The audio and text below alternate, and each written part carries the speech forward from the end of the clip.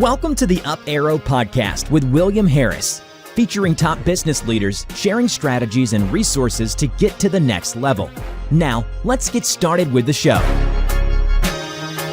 Hey everybody, William Harris here. I'm the founder and CEO of Element and the host of this podcast where I'm interviewing the best minds in e-commerce to help you scale from 10 million to 100 million and beyond. Today, the guest that I have with me is Darin Lynch. Darin founded Irish Titan, an e-commerce agency way back in 2004, what he calls the e-commerce dark ages, with clients like the Minnesota Wild, Evereve, the Packers, Hammermaids, Center Power Sports, many more. He knows a lot about what's working in e-commerce. He once bought Clint Eastwood a beer, and he's a former and future presidential candidate. And he had the nation's highest score in Contra. There's a lot of fun stuff that we're going to unpack there. Darin, I'm excited to have you here. Yeah, thanks for having me, William. I'm looking forward to the conversation. And I think we could go deep on all of those irrelevant topics like Contra, Clint Eastwood, and presidential candidacies. Yeah, we'll go deep on the irrelevant and the relevant stuff. We've got some good things planned for you guys today. And I was thinking about who introduced us, and I want to say it was years ago. Graham Thickens was the one who kind of put us in touch. Does that sound right? It is. Yep. Graham has connected me to many impressive people over the years, you being one of them. And he has a good nose for that. He's good at connecting people who both, I think, have synergy in their businesses and what they do, and who are going to connect personally and professionally in general. Yeah, I completely agree. And Graham just being somebody who I've found extremely helpful in many, many ways, from connections, but also just helping with PR. You know, he's done some PR work for us and just a very knowledgeable guy and very helpful. Yeah, I think very highly. Thank you, Graham. Yeah. I want to get into the meat. Before I do got to announce our sponsor. This episode is brought to you by Element. Element is an award-winning advertising agency optimizing e-commerce campaigns around profit. In fact, we've helped 13 of our customers get acquired, with the largest one selling for nearly $800 million, one that recently IPO'd, and we were ranked as the 12th fastest growing agency in the world by Adweek. You can learn more on our website at element.com, which is spelled ELUMYNT.com. That said, let's get on to the fun, interesting stuff here. Tell me a little bit about the backstory of what led you to founding Irish Titan. I've been to some of your events, and you've actually got one coming up here. And Robert Gilbreth, who was on a previous episode here, former president over at ShipStation. Yep. I know that he speaks there. He's speaking there again this year with you. So I've been to your events. You come out in a kilt. You've got bagpipes. It's one of the best events, I think, that exists in the e-commerce space, and everybody who's been there agrees. But what made you start this, and how did you get to where you are? Yeah, so quick sidebar, I'll add a little bit more color around the event that you're name checking there. So the name of the event that you're referring to is eCom Forum. We do two big events every year. One's called our Shenanigans for Good, which is in March, just our general get together where we raise funds for a charity of choice when we draw a raffle ticket out of my green leather top hat.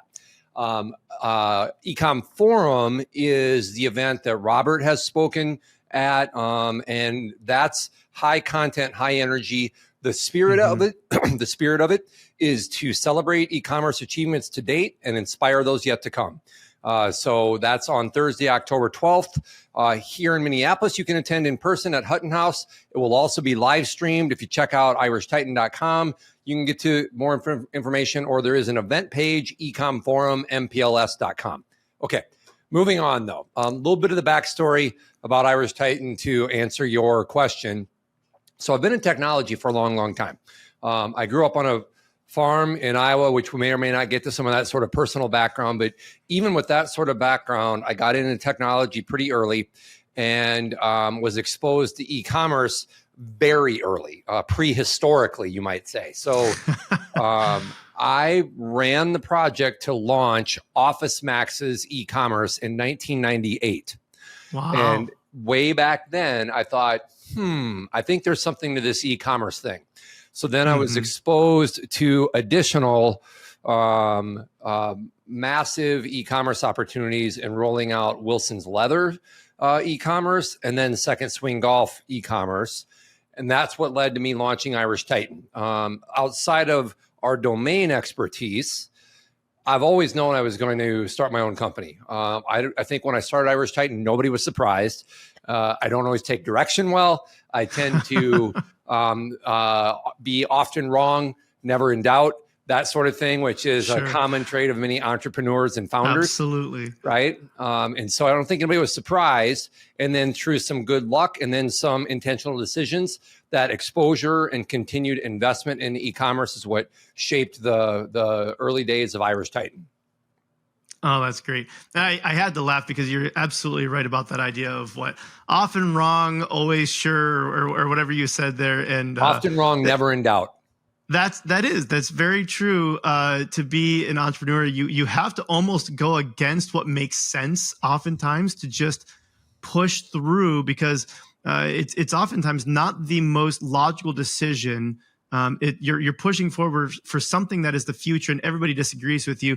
I remember even reading, in the news when the iPhone came out, people bashing it like, yeah, this is really going to catch on. Nobody wants to video call somebody. And now we can't even imagine what it would be like if this thing didn't exist. And so sometimes you have to be able to push through all of the noise and chatter about the negativity and stuff. Right. Yeah. I think that I think founders and entrepreneurs, regardless of industry, all share some of that willful ignorance of common sense, because it really is, if you exclude most factors, it is an illogical decision to try to start your own thing, because there is far more risk to that, far more doubt to that. There are market uncertainties, product uncertainties, people uncertainties, all of that. But I think those of us who are wired to bear those risks, whether it's that concept of often wrong, never in doubt, or jumping off the cliff and making a net on your way down, those sorts of traits that we all share, that's what drives us. I think that I knew I was going to do my own thing. I didn't start my own company until much after I anticipated starting one. And that was sort of the good fortune of having had a series of really good, some great bosses that taught me a lot, that invested in me.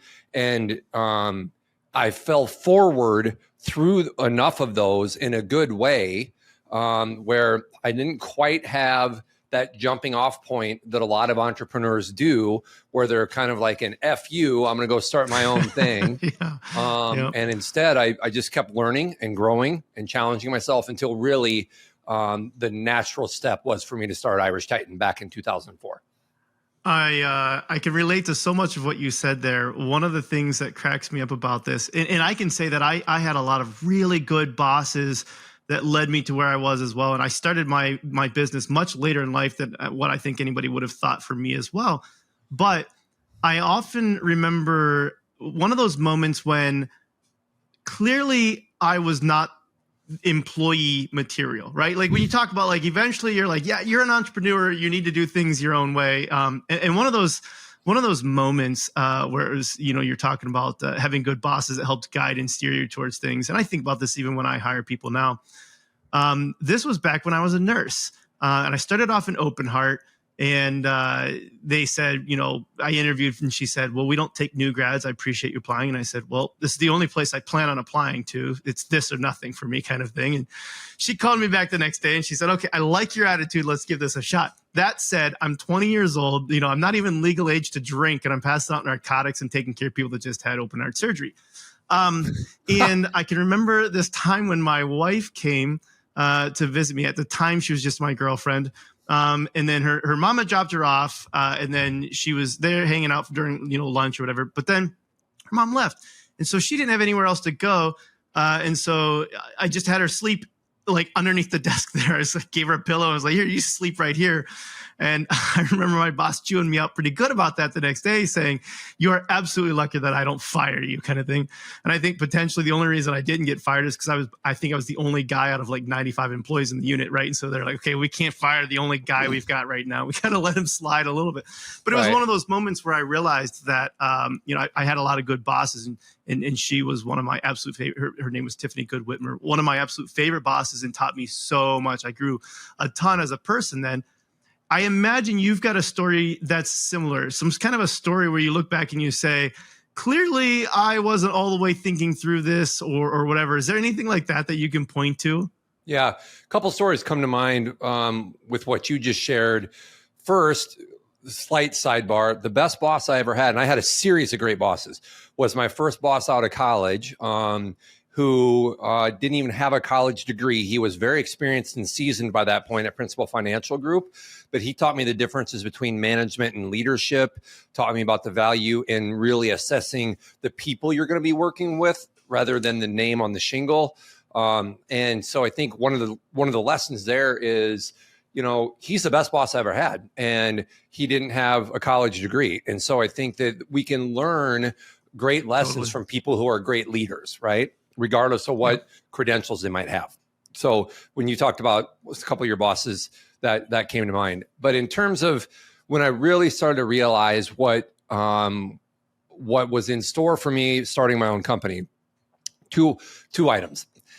So when I was starting to explore options toward the end of my tenure at Wilson's Leather, I interviewed with a few different companies, and I had a similar experience at Target and Tractor Supply Company.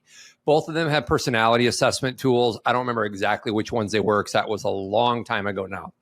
And at both of those companies, the HR person I was working through came out to talk to me after they received the assessment results and read through them, and said in so many words, "Are you sure you're interested in working for a company like fill in the blank?" Right? And I would kind of laugh and say, "Well, what do you mean?" And it says, "Well, it seems here that you're the type of person who is probably best wired to be doing their own sort of thing and trying to start your own enterprise." Right? And I would laugh at that because they were spot on. I think at that time, there was probably an element of, am I ready for this yet? And also an element of wanting to continue to invest in some of my own education in the space. So I took the job at Second Swing Golf, really knowing full well that was going to be my last stop, because that was an opportunity where I had full operational responsibility for everything technology as CIO, but I also had P&L for all of e-commerce, which didn't even exist when I took it. So I had this opportunity to build an e-commerce practice with P&L responsibility, and that just felt like too good to pass up. And I felt like that was sort of the final tuition that I earned before starting Irish Titan, because by the time I ran its course there was nothing else to learn. Yeah, that's great. I love it. You've done a lot now. You've seen a lot. You've learned a lot. You share a lot. You are a thought leader in your own right now in this space. And so I want to take some of what you've learned and help people figure out how they can grow their own e-commerce businesses. And one of the things, like if I was going to say, what's the overall theme of this? It's how to get out of your own way of success / how do you work best with a growth agency? How can those two teams work, in-house and agency, work together? You guys do full service, right? Like we focus just on the ad side of things. You guys are looking at from everything from the actual dev work itself to the CRO, to the email, to the ads, to the like full growth service. And so there's a lot of moving pieces there.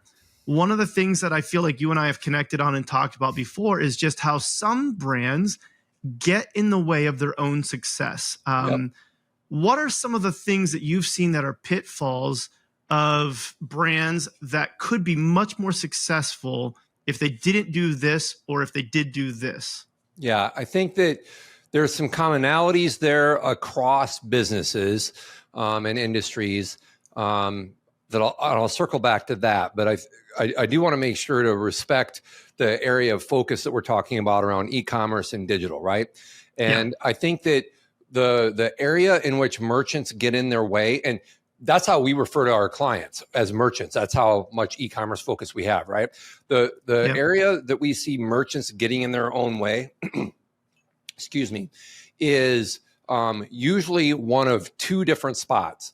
Either not really partnering well with us in the sense of knowing their business and focusing on that and trusting us to be experts in our business and holding each other accountable, But I think that if you find an agency, whether it's on the build side when we're building the sites, or the growth side where either one of us is working with our merchants to grow their businesses, it's really imperative for a merchant to be able to articulate their business, their strategy, their priorities, have a good handle on that, have a good handle on who their customer is, what their supply chain looks like, all of those things that are really part and parcel of their business, so that we, either one of us, can take their business and represent that and grow that online.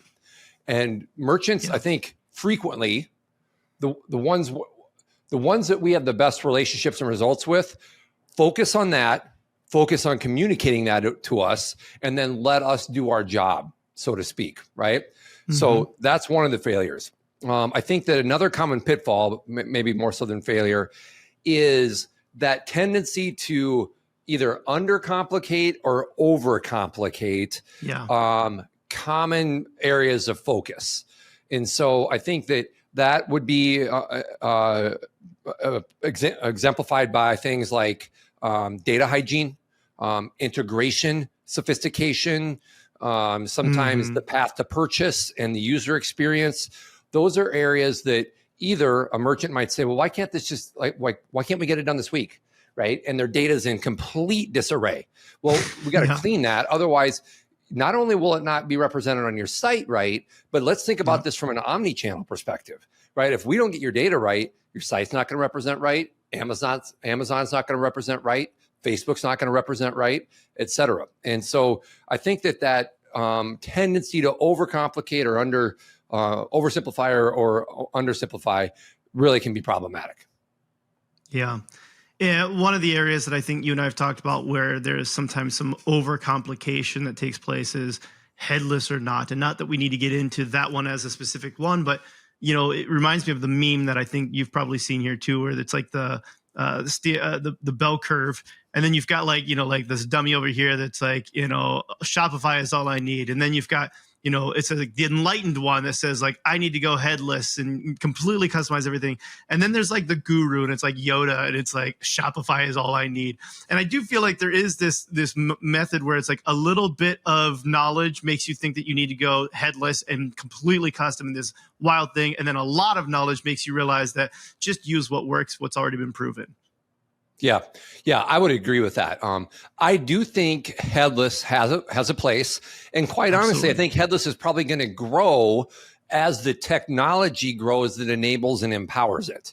I think that will fuel headless growth more than continued growth in e-commerce. I say that because headless, to speak real simply about it, is the separation of your shopping cart and shopping engine from your content management and presentation, right?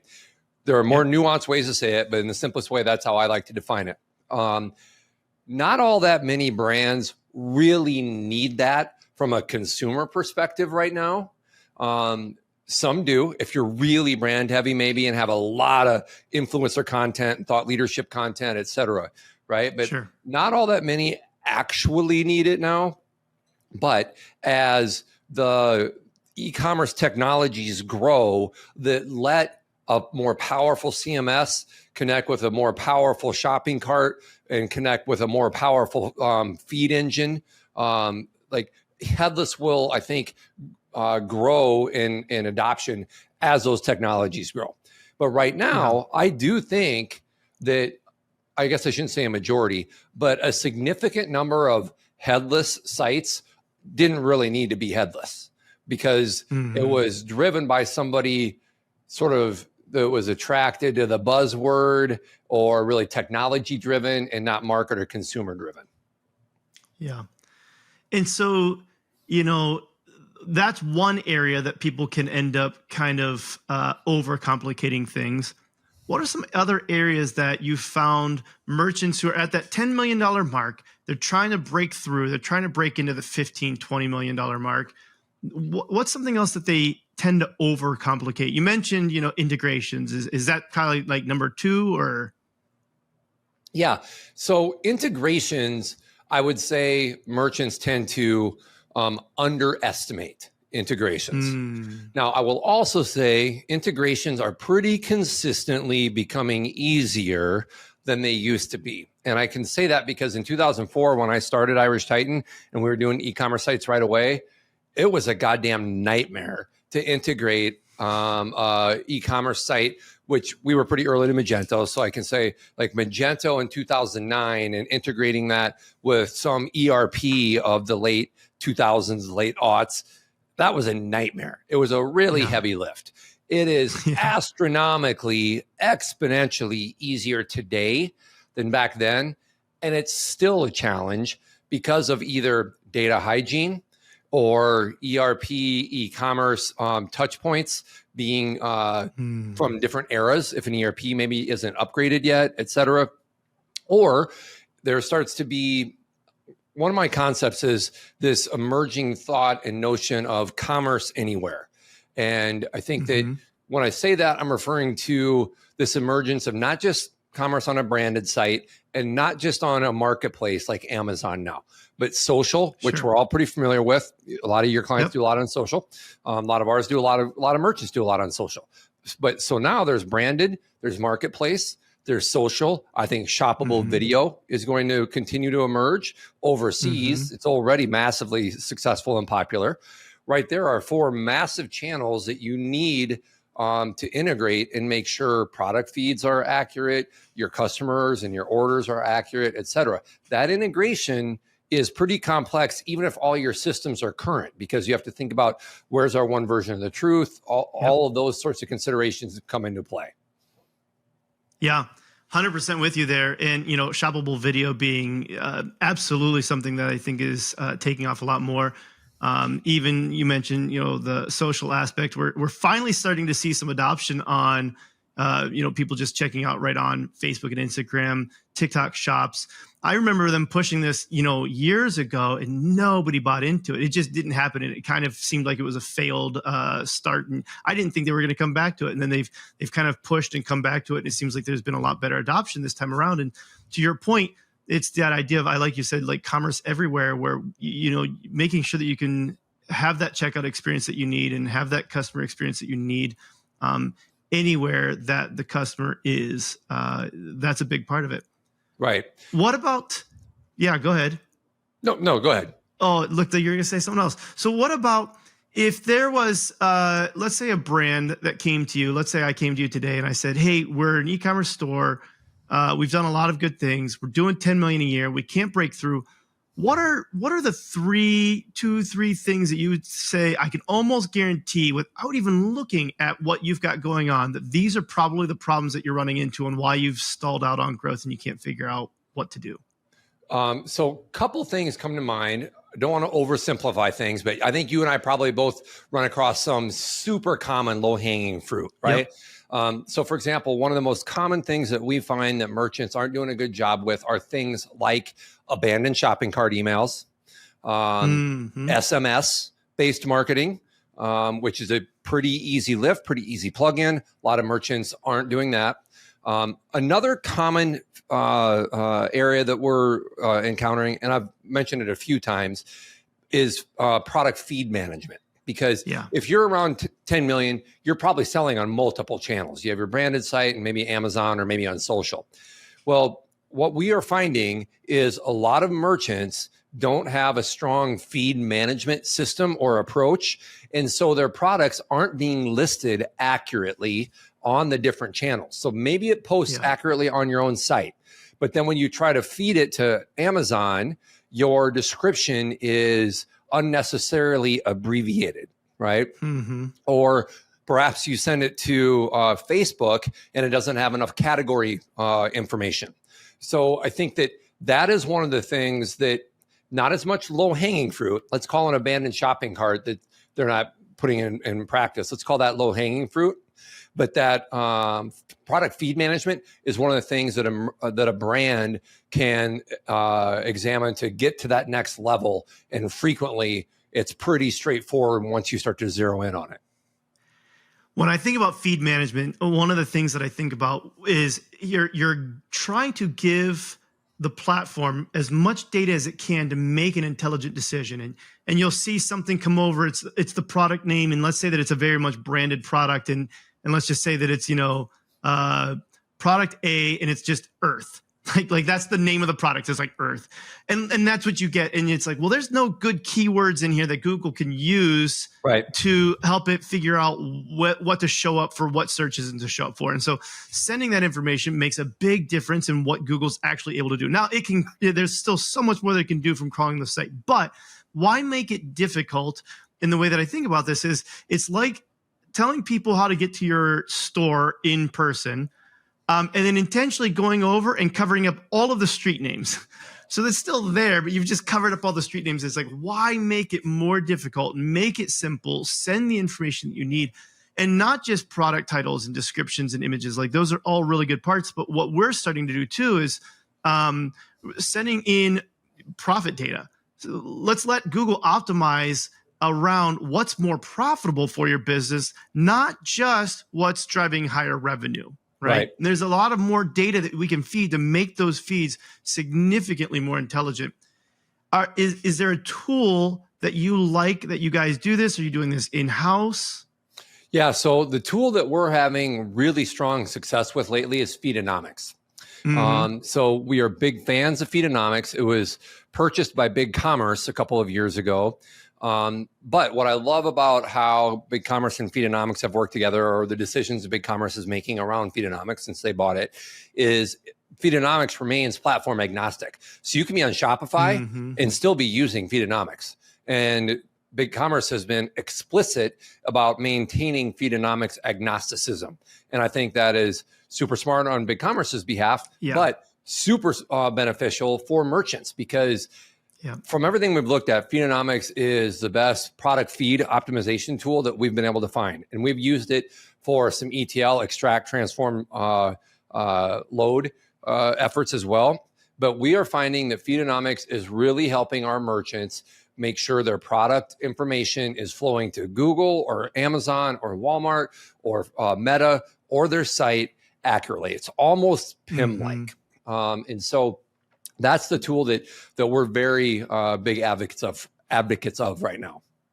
I love that. And we've used Feedonomics on a number of accounts as well. And one of the things, to your point, that I like about it is it's kind of like a done for you service where they're doing a lot of that on their side, which is nice. That way, you don't have to be the one who's in the driver's seat trying to, get really nitty gritty and manage it yourself. If you're somebody, you're like, I want a smart team that understands how to optimize this and I want them to do it.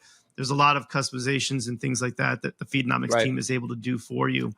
The other tool that we like is Data Feed Watch, which was, I think, acquired by Cart.com. And if you want that more, hey, I want to kind of like take control of this and I want that manual approach, Data Feed Watch is the one that I think that we gravitate towards the most for that. I was thinking about your question too, about if a merchant's at 10 million, how do they get to 15 or 20?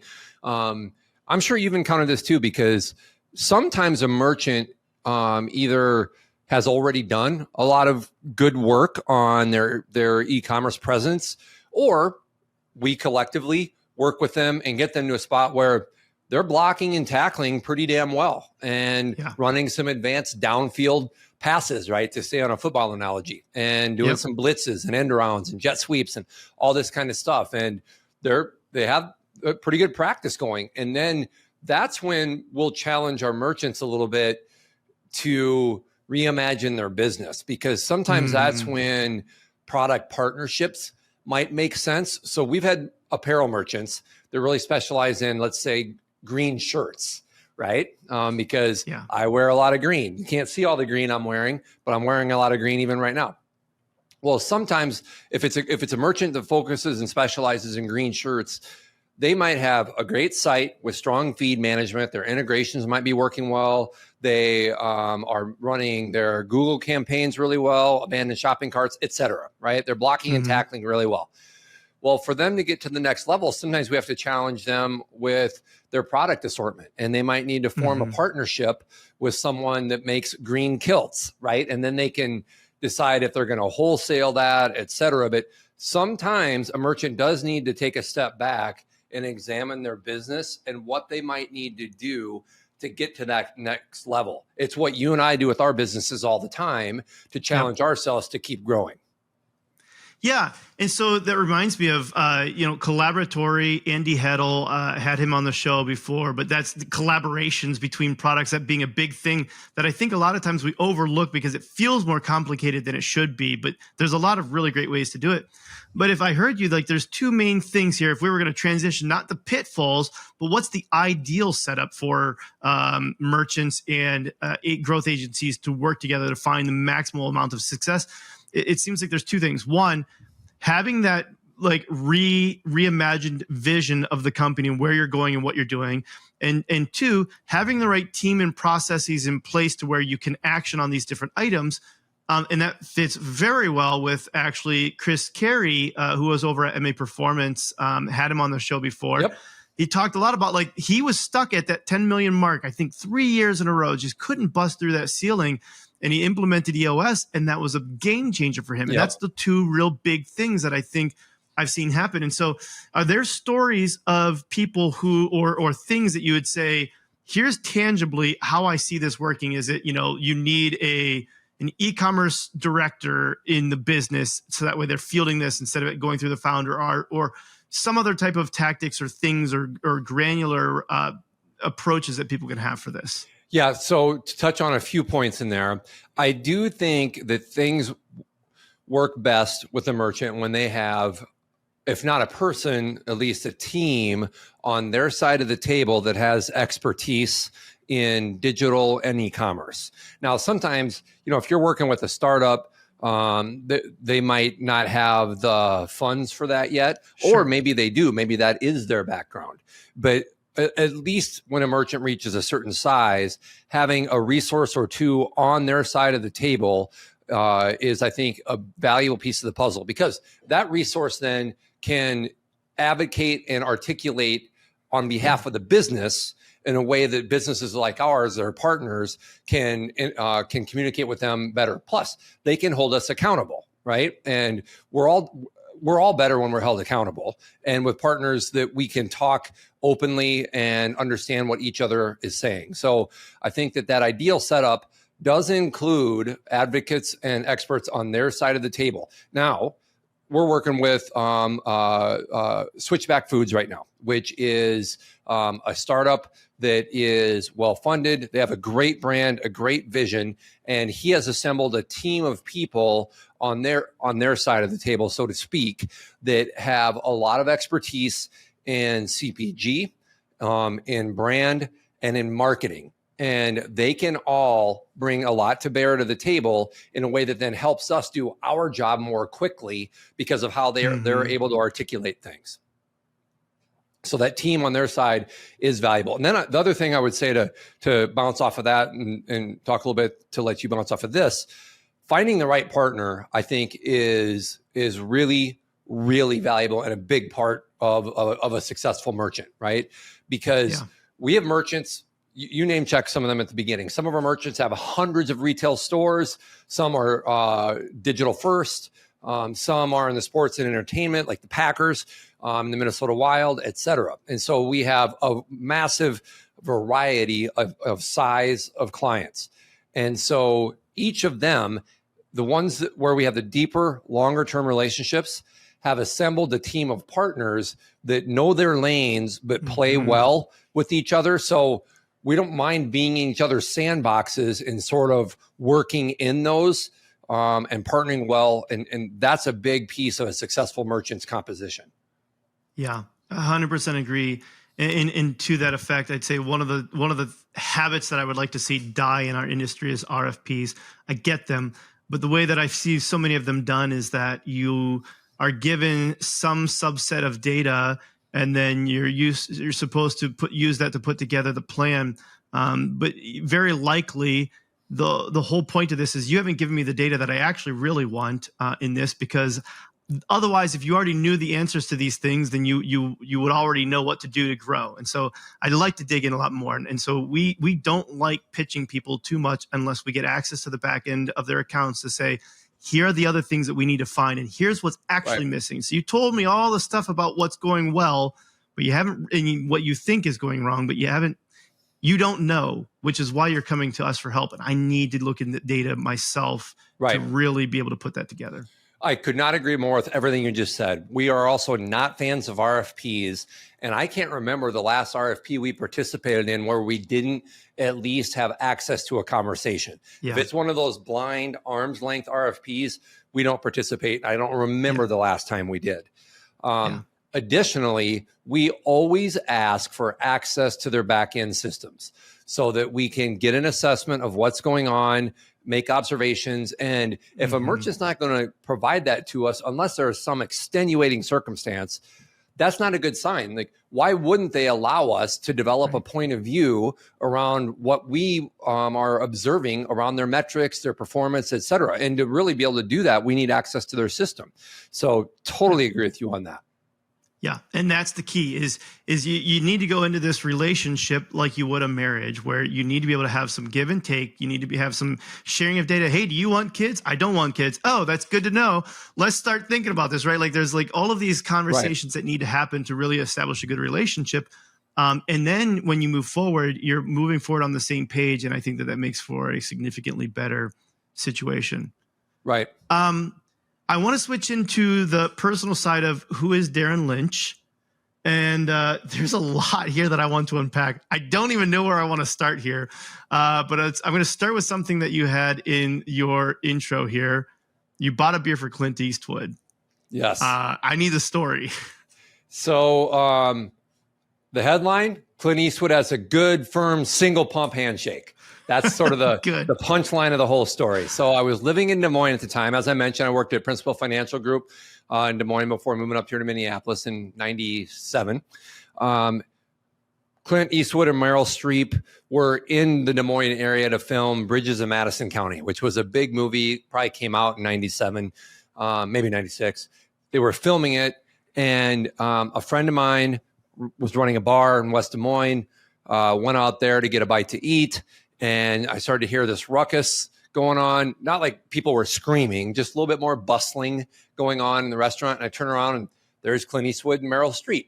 And I'd always been a big Clint Eastwood fan. Like, who didn't growing up with like Dirty Harry and all the cowboy, Outlaw Josie Wales and all the old Westerns that he was in. But this was when he had started to become more respected than just being Dirty Harry, because he'd won an Oscar for The Unforgiven, and The Line of Fire had been a big movie, et cetera. So I think there was a different kind of buzz about Clint Eastwood. And I mean, Meryl Streep by that point had probably already won like 10 Oscars or whatever. So, the bar restaurant was a buzz, and I wanted to leave them alone. And so I got up to leave, and I got to the door and I opened the door, and then I'm like, I can't walk past this opportunity. So I turned around.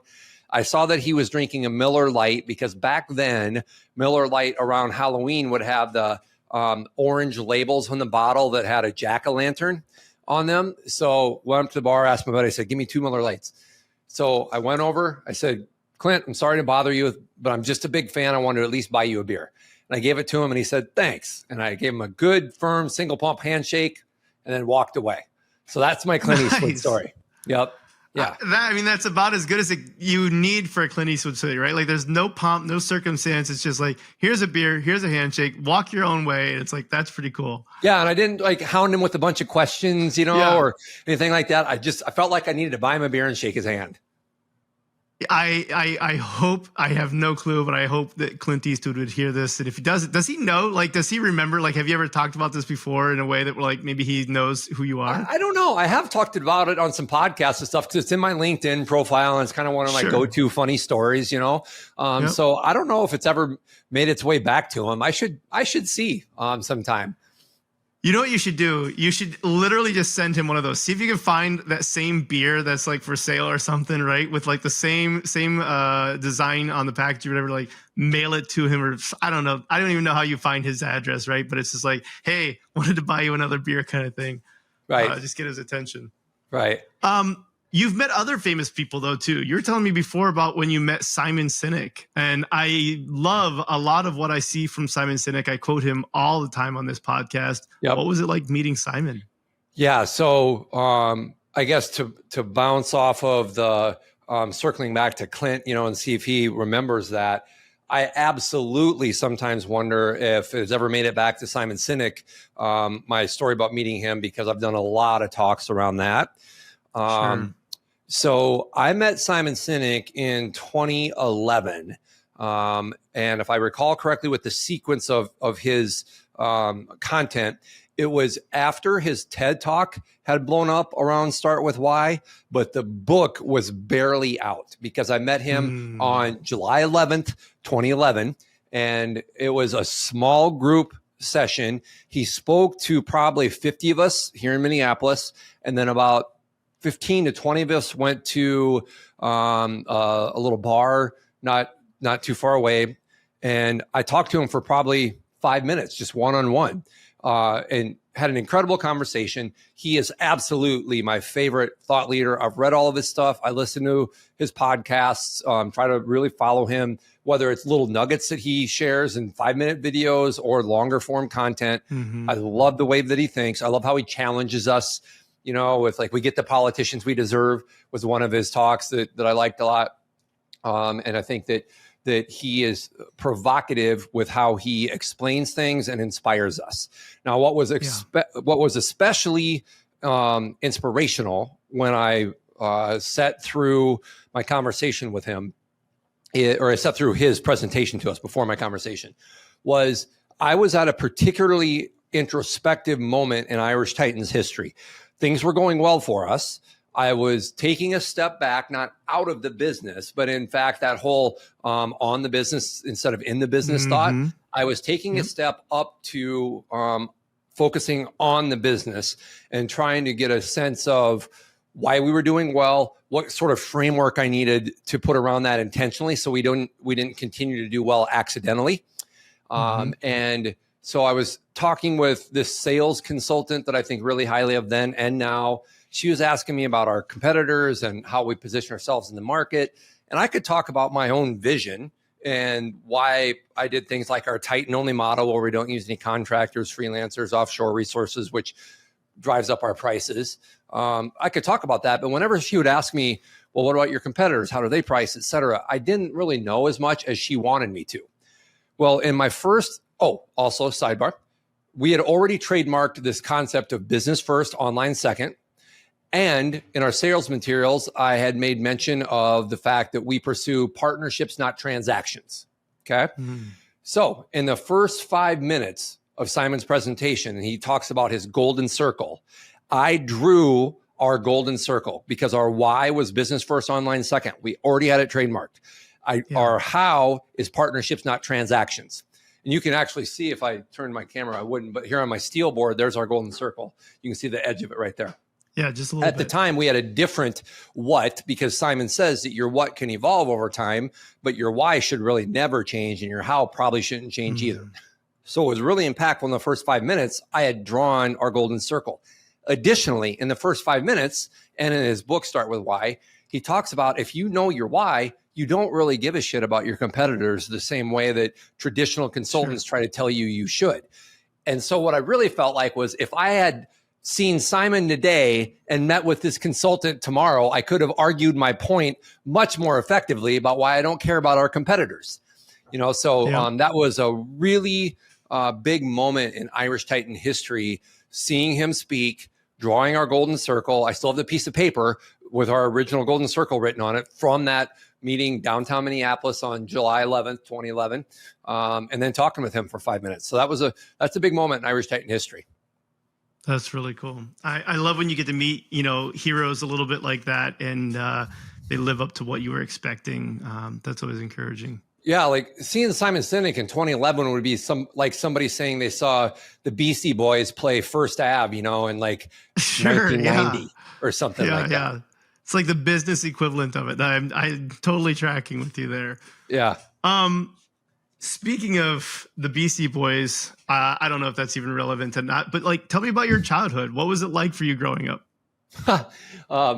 Well, I'm not,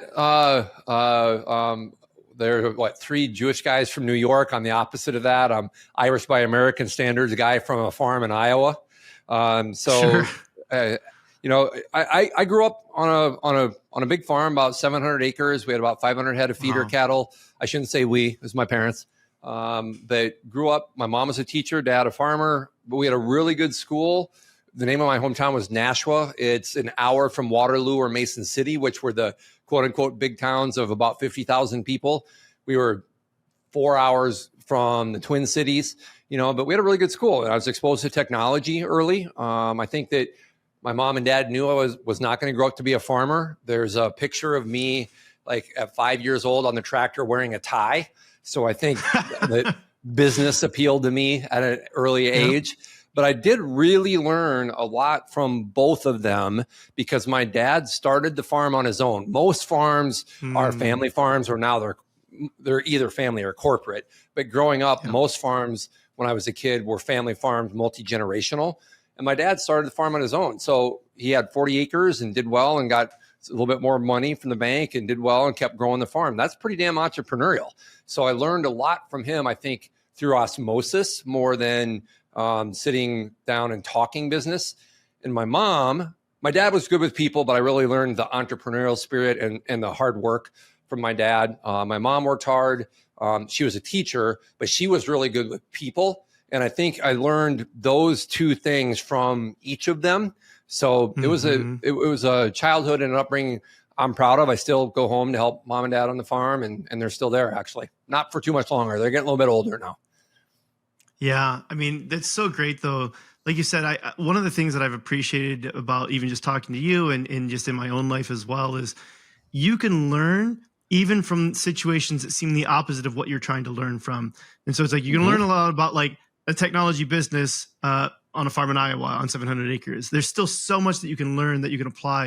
And I think that idea of like lateral thinking and transfer of knowledge from one discipline to another is one of the things that I feel oftentimes we miss when we get too myopic in our studies or our readings or our online communities or whatever that might be.